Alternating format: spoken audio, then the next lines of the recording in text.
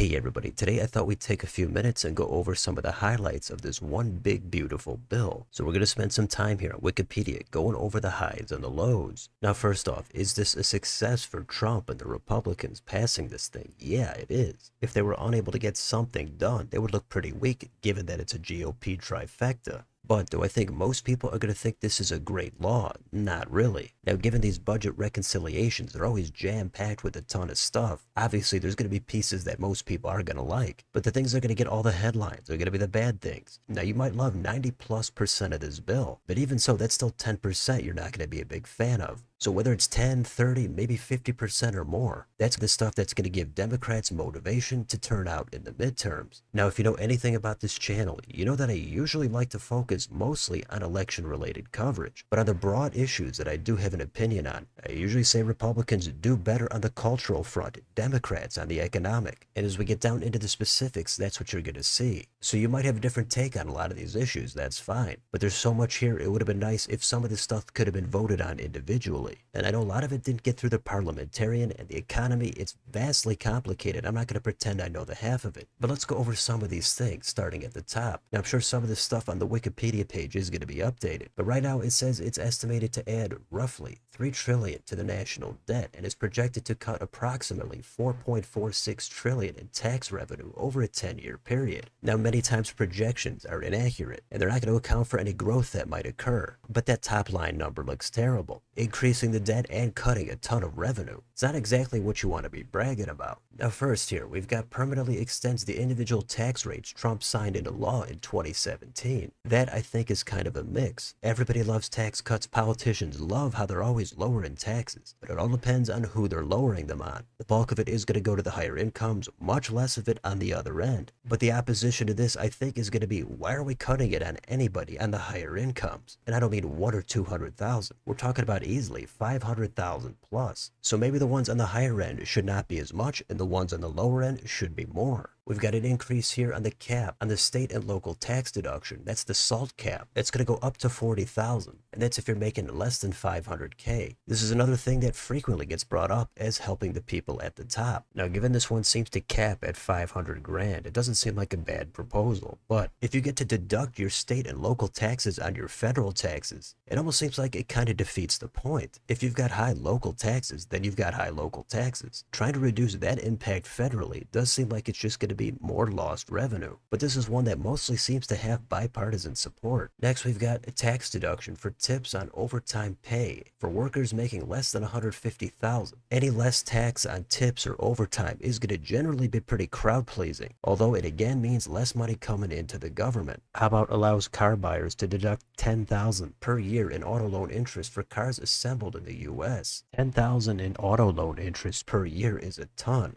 I would think most people are going to be way under that, but I don't think that one's going to be too controversial. Then there's a bunch more stuff here about taxes. There's the personal exemption, and then there's the child tax credit. This says it's going up from 2,000 to 2,200. But it also says the refundable portion of the credit is also indexed to inflation, but is not increased, meaning that low-income households do not see an increased credit. The concept probably going to be fairly popular, but if there's any kind of a cap where the people on the lowest end are going to not see any benefit, that's going to be unpopular. Next, we've got a 1% tax on remittances. That seems like it would be fairly popular. That's more money that's going outside the US. I would think most citizens are going to say, that seems fine to me. Then they've got some stuff here about taxing college endowments. This one also seems like it would be a win. Now, it all depends on the details, but generally taxing these wealthy college endowments is going to be pretty popular. Maybe they try to pass the cost along back to the students, but on the surface that does not seem too controversial. How about this one? Includes the creation of Trump accounts that allows parents to contribute $1,000 on the birth of a child between 25 and 28, and $5,000 per year with the money growing tax deferred, with uses for higher education, job training, or a down payment on a home. That also seems like it could be something, but I think a lot of people might say that doesn't go far enough. Maybe the government should invest $1,000 for every child born and have that value increase until they're 18, or maybe they could match what you put into it.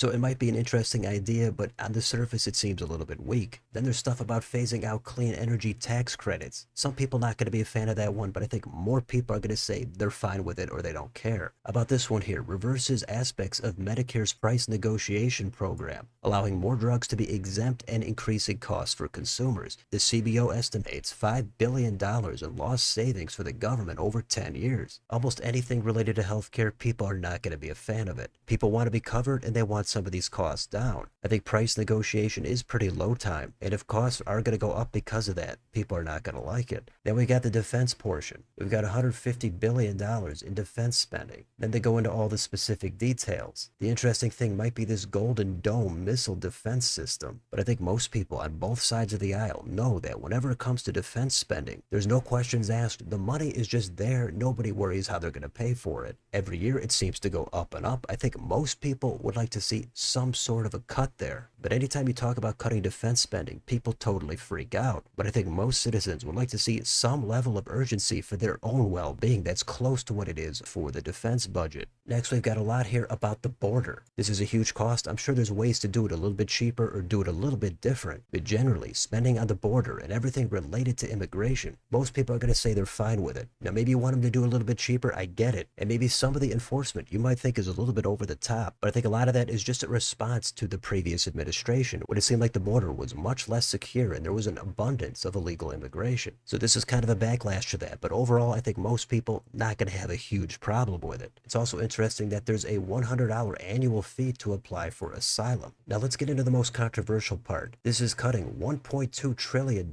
in federal spending, primarily from Medicaid and SNAP. Now for me, this is easily the part I think is going to have the most backlash to it. I'm not going to go over all the details here, but they do add work requirements in for Medicaid. There's all kinds of new requirements for SNAP and medical. And if there is going to be a big blue wave next year in the midterms, I think it's going to be from this. Almost no Republicans, even in the deep red districts, would support this aspect. It's clear to me that it is going to make it harder for people to get basic medical care. Some people more on the libertarian side are going to be especially principled about how they don't want any freeloading. They want everybody who's able to be able to contribute. But in my opinion, creating an extra layer of bureaucracy is the wrong way to go. This is basic coverage. Of course, there's going to be people that fall through and then they're going to be left to fend for themselves. That's a terrible idea. Now, if everything is working out for you just fine, you might think everybody is just purely freeloading out there. But I've long advocated for a baseline, at least for U.S. citizens. But this is where I think the Republicans go totally off the rails. There's nothing economically populist about this. If they came out and went in the direction of expanding medical coverage to U.S. citizens, or even added in low-hanging fruit like giving seniors vision, hearing, and dental care, then I think they would actually look populist and they would have a lot of success. But if you're looking to save money, there are two directions you can go in here. You take more from the people on the bottom or you take more from the people on the top. And there's no question which way this goes, and I don't think most people are going to be a fan of this type of legislation. There's a whole lot more here. I can make an entire video on some of these specifics. But one other thing I'm going to point out here is, with part of the SNAP benefit, somehow Alaska and Hawaii get special exemptions. That is total garbage. You're not going to have one or two states playing by different rules.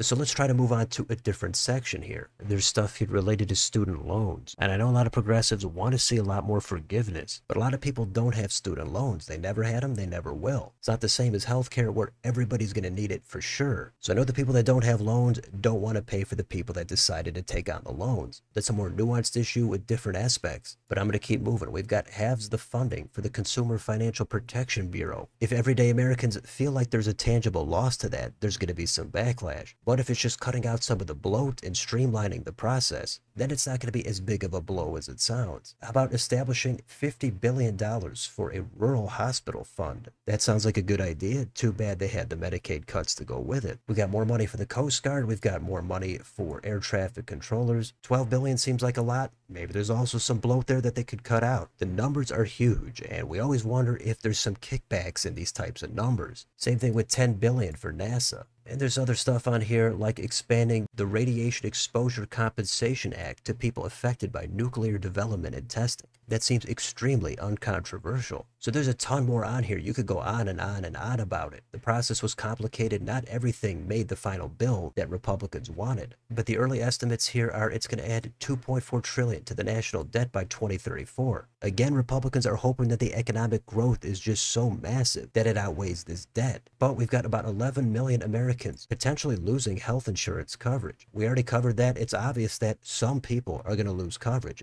That's not going to be a good thing. And again, these are U.S. citizens just looking for a little bit of basic health coverage. Now, the immigration enforcement, now I get it. Some people are not going to be a fan of it. They think it's going to go too far. But to the poor, the working class Americans in some of those rural, deep red Trump districts, they're going to care about those Medicaid cuts. I don't think they're really going to be thinking about the ICE enforcement. Then we've got the public reaction here. Now, like with most of these types of budgets, there's going to be a lot of opposition up front. That's because either there's divided government and the usual special interests come out with what they want, or there's unified government like right now. And one side, this time the Republicans, they're going to have too much of the things that are just not that popular with most Americans. The Democrats would absolutely do the same thing in a different direction. They have their own set of things that most Americans are not going to be a big fan of, but they would definitely not be doing any of the cuts to the social safety net. Even back a decade and a half ago when Obamacare was first passed, there was a lot of opposition to it. There's definitely problems with that bill. A lot of people's costs have gone up, but at the same time, more people have gotten covered. And now that it's a long time later, a lot of people have gotten used to it. So trying to roll back most of that is going to be met with opposition. But the polls here don't look good for this bill. I'm going to put one up on the community tab soon. But according to Pew, we've got 49% oppose the bill, 29 in favor, 21 unsure. An Ipsos poll has 42 opposed, 23 in favor. Fox News poll, 59 opposed, 29 in favor. And this Kaiser Family Foundation poll, 64% opposed, just 35 in favor. Now that could change a little bit over time. I don't think it's going to suddenly become popular. I think it'd be tough to imagine a budget bill that most people actually do find to be popular. But even so, this one doesn't even come close. There's bound to be some things you like in here. Maybe you like a lot of it, but it's going to be about that 5, 10, 15, 20, whatever percent that you don't like, that's going to get all the attention. It says here Trump has claimed the bill is the single most popular bill ever signed. Now, obviously, that's extreme hyperbole. I think Trump says it about anything, but clearly not at all true. Now, there's a little bit more down here near the bottom.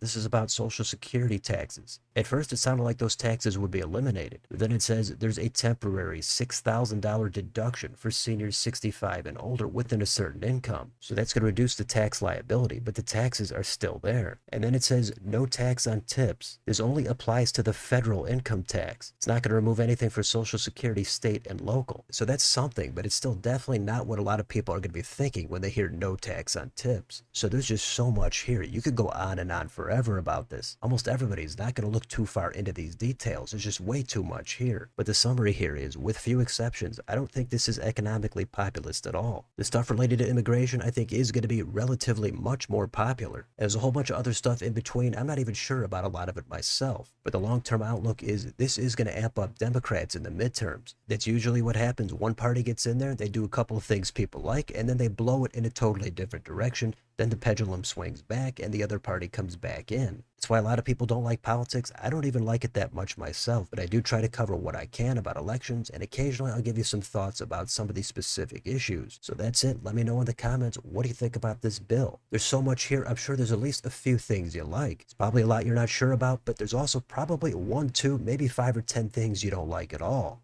Let me know how you think this is going to impact politics down below on your way out. Don't forget to like, share, and subscribe. Join if you'd like to support the channel. Thanks for watching. I'll see you next time.